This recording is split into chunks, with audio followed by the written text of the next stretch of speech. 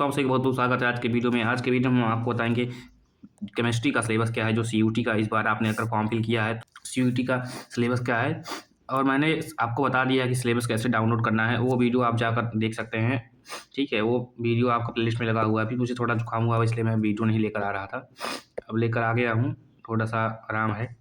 तो सबसे पहले आप जानते हैं कि आप सीयूटी में मैक्सिमम 3 डोमेन चूज़ कर सकते हैं। डोमेन सब्जेक्ट में जो आपका मेन सब्जेक्ट है, जैसे यदि आपने पीसीएम 12th में लिया था तो आप पीसीएम चूज़ किए होंगे और जीएटी चूज़ किए होंगे और एक लैंग्वेज लिए होंगे। लैंग्वेज में आप या तो हिंदी ले सकते हैं, इंग्लिश ले सकते हैं, और सारी लैंग्वेज हैं, लेकिन मोस्टली लोग हिंदी और इंग्लिश ही लेते हैं। ठीक है, तो अब हम आगे समझेंगे कि इसमें सिलेबस में हमारा क्या है। सिलेबस मैंने आपको बता दिया था कि जो क्लास 12th का सिलेबस होता है, सेम सिलेबस सीयूटी का होता है, बस इसमें अंतर इतना है कि आपको इसमें एमसीक्यू बेस्ड क्वेश्चन आते हैं।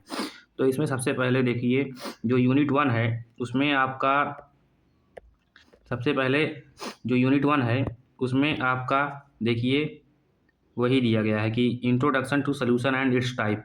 मतलब कि इसमें आपको पूरा इंग्लिश में ही दिया गया है। हिंदी मीडियम से हैं आप चाहे इंग्लिश मीडियम से हैं, आपको इंग्लिश में ही ये सिलेबस प्रोवाइड किया गया है। लेकिन जो पेपर होता है वो दोनों मीडियम में आता है, आप हिंदी मीडियम में भी पेपर आएगा। ठीक है, तो डरने की ज़रूरत नहीं है। तो इसमें सबसे पहले जो आप क्लास 12th में पूरा सोल्यूशन चैप्टर पढ़े हैं एनसीईआरटी का, वही सिलेबस एज इट इज़ है। आप इसका स्क्रीनशॉट ले लीजिए। देखिए हेनरीज लॉ भी है, जो जैसे ये सब तो आप पढ़े होंगे कि osmosis and osmotic pressure, Parashar दाब, ठीक है, रिवर्स ऑस्मोसिस। ठीक है, उसके बाद यहाँ पे देखिए ये लिक्विड लिक्विड सॉल्यूशंस, ये सब आप पूरी चीज़ें पढ़े हैं, राउल्ट लॉ। ठीक है, तो ये है आपका जो है सोल्यूशन, जो चैप्टर 1 है पूरा तरीके से आपका आएगा। इसको आप अच्छे से पढ़िए, इसमें से जो एमसीक्यूज हैं उसको हल कीजिए, क्योंकि एमसीक्यू ही आपका आएगा। अब जितने भी कम्पिटिटिव एग्जाम होते हैं उसमें मोस्टली एमसीक्यूज ही आते हैं। ठीक है, तो ये आपका ये रहा। अब अगला जो चैप्टर यूनिट 2 है वो है इलेक्ट्रोकेमिस्ट्री। इलेक्ट्रोकेमिस्ट्री मतलब विद्युत रसायन। विद्युत रसायन में जो आपने 12th में पढ़ा है पूरा सिलेबस वही है। ठीक है, जैसे इलेक्ट्रोकेमिकल सेल्स है, गैल्वेनिक सेल है, स्टैंडर्ड इलेक्ट्रो पोटेंशियल है, मानक इलेक्ट्रो विभव जिसे हम लोग कहते हैं, फिर ईएमएफ ऑफ अ सेल है। ठीक है, नस्ट इक्वेशन है एंड इट्स एप्लीकेशन है, जो आपने न्यूमेरिकल्स किए थे नस्ट इक्वेशन वाले, वो हमेशा आते रहते हैं, वो सवाल भी आ जाती हैं। अब देखिए यहाँ पर मोलर चालकता है, ये चालकता वगैरह भी, और ये चालकता मोलर चालकता जो हम लोग पढ़े थे, विशिष्ट चालकता। ठीक है, को कोरलाउस का नियम भी है and it's applications, electrolysis, Faraday के नियम, इसके फैराडे के नियम के जो समीकरण है वो डायरेक्ट आ जाता है। ठीक है, ये भी पूरा आप इसका भी स्क्रीनशॉट ले लीजिए। ये सिलेबस आपको समझ में आ रहा होगा, क्योंकि ये सब बस इंग्लिश में ही दिया गया है, बाकी तो जो आप पढ़े हैं वही है। आप इसको जब अच्छे से एनसीईआरटी उठा के एक बार सॉल्व करेंगे जीएस के एमसीक्यूज, तो आपको इस हल करने में कोई दिक्कत नहीं आएगी।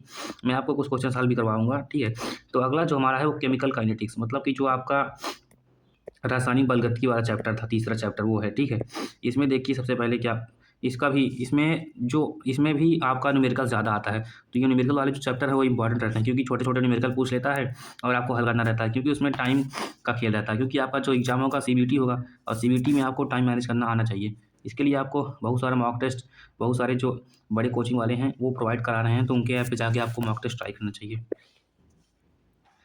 ठीक है, ये आपका है यूनिट 3। यूनिट 4 में आपका डी एंड एफ ब्लॉक है।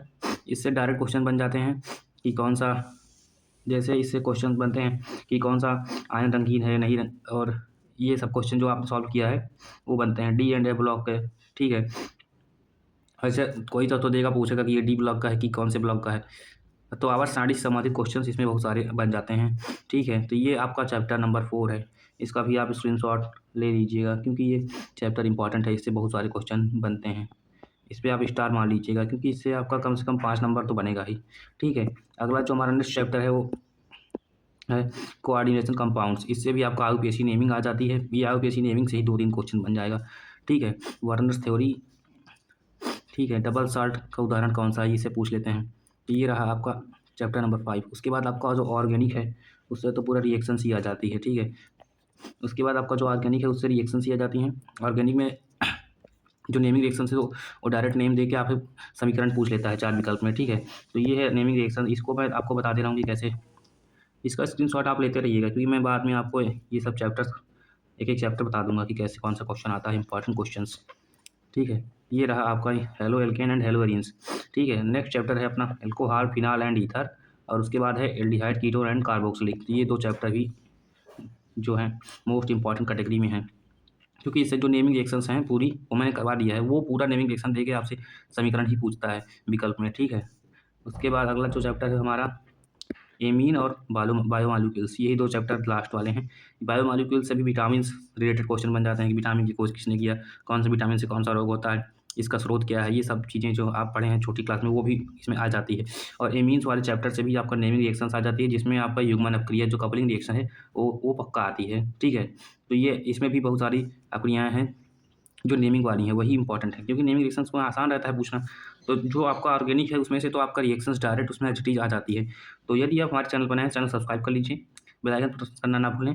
यदि आप क्लास 10th या 12th या फिर CUT हैं कि किसी भी स्टूडेंट को जानते हैं तो उसको पास ये वीडियो शेयर कीजिएगा कि इस चैनल पर क्लास 10th 12th और CUT के बारे में पूरी जानकारी प्रोवाइड कराई जाती है और कुछ अच्छे वीडियो के माध्यम से आपकी तैयारी को इंक्रीज़ करने की कोशिश की जाती है।